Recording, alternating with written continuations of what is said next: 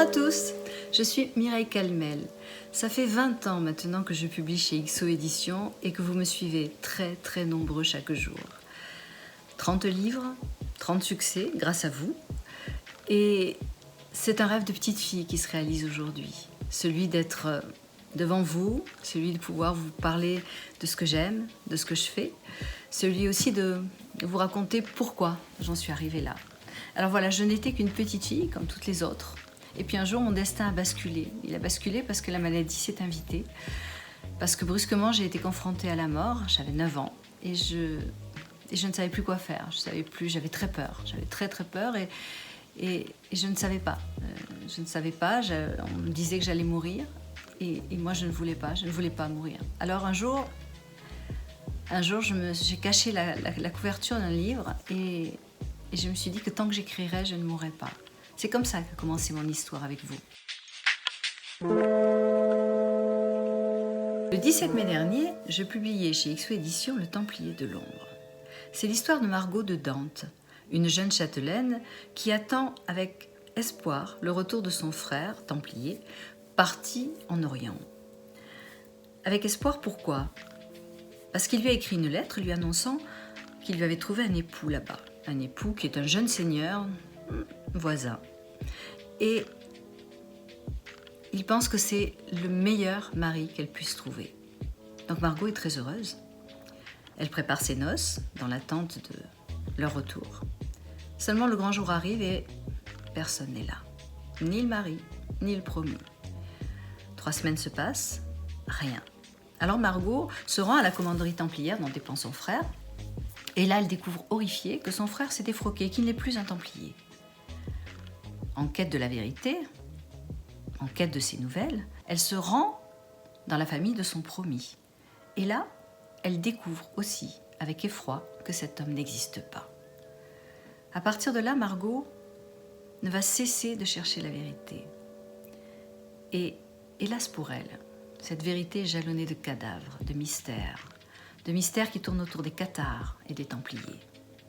Et petit à petit, au fur et à mesure qu'elle va avancer sur ce chemin, va se greffer aussi l'ombre mystérieuse d'une femme que l'on appelle les yeux de la montagne.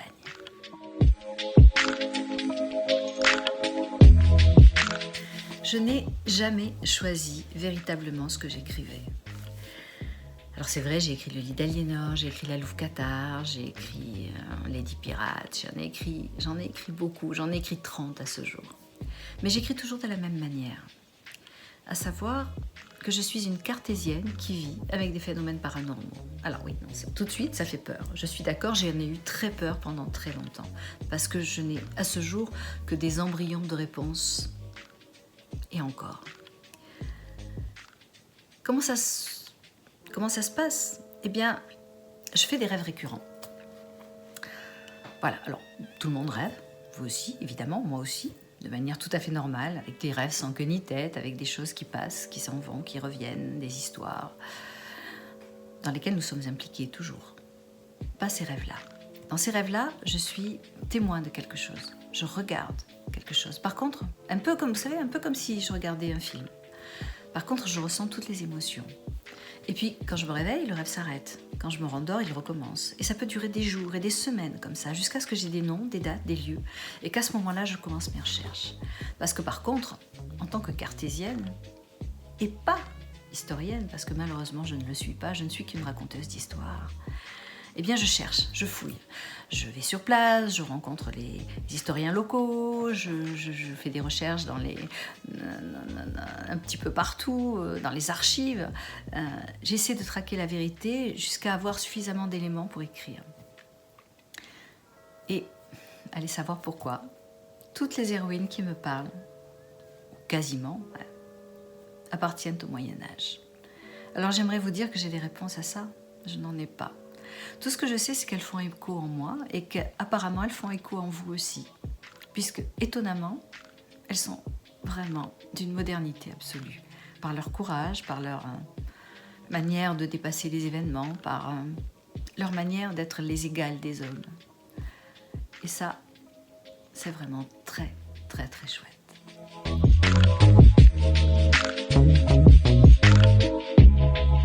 Est-ce que que j'aurais aimé vivre à une autre époque qu'aujourd'hui? Non, bien sûr que non.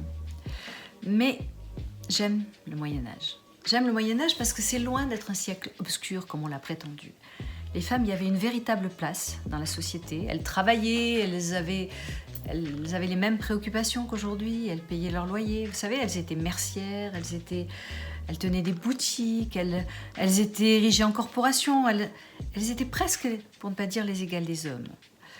Et s'il devait y avoir une époque, pour moi, qui ressemble la plus à celle d'aujourd'hui, c'est celle-ci.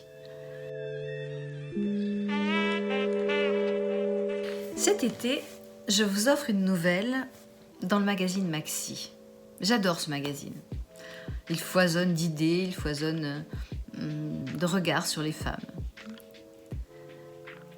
Et clairement, j'avais vraiment envie qu'à travers lui, vous puissiez aller à ma rencontre.